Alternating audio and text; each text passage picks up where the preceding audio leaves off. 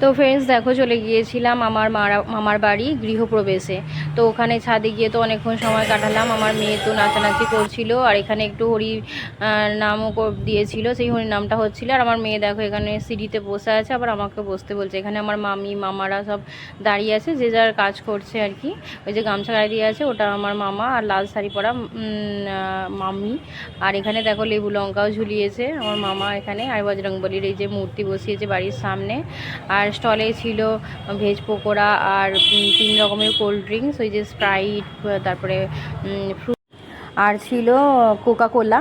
আর এখানে দেখো, এটা আমার দাদু আর দিদিমার আর কি ছবি, ওখানেই আর কি খাবার দিয়েছে। তো স্টলে তো আমরা কিছু খাওয়া দাওয়া করলাম। এই যে আমার ভাইয়ের বউ মাম্পি, আর তারপর খেতে বসেছিলাম, হয়েছিল ভেজিটেবিল চপ। এখানে দেখো আমার পিসি, আমার শ্বশুর শাশুড়ি সব বসে আছে, পিসি শাশুড়ি।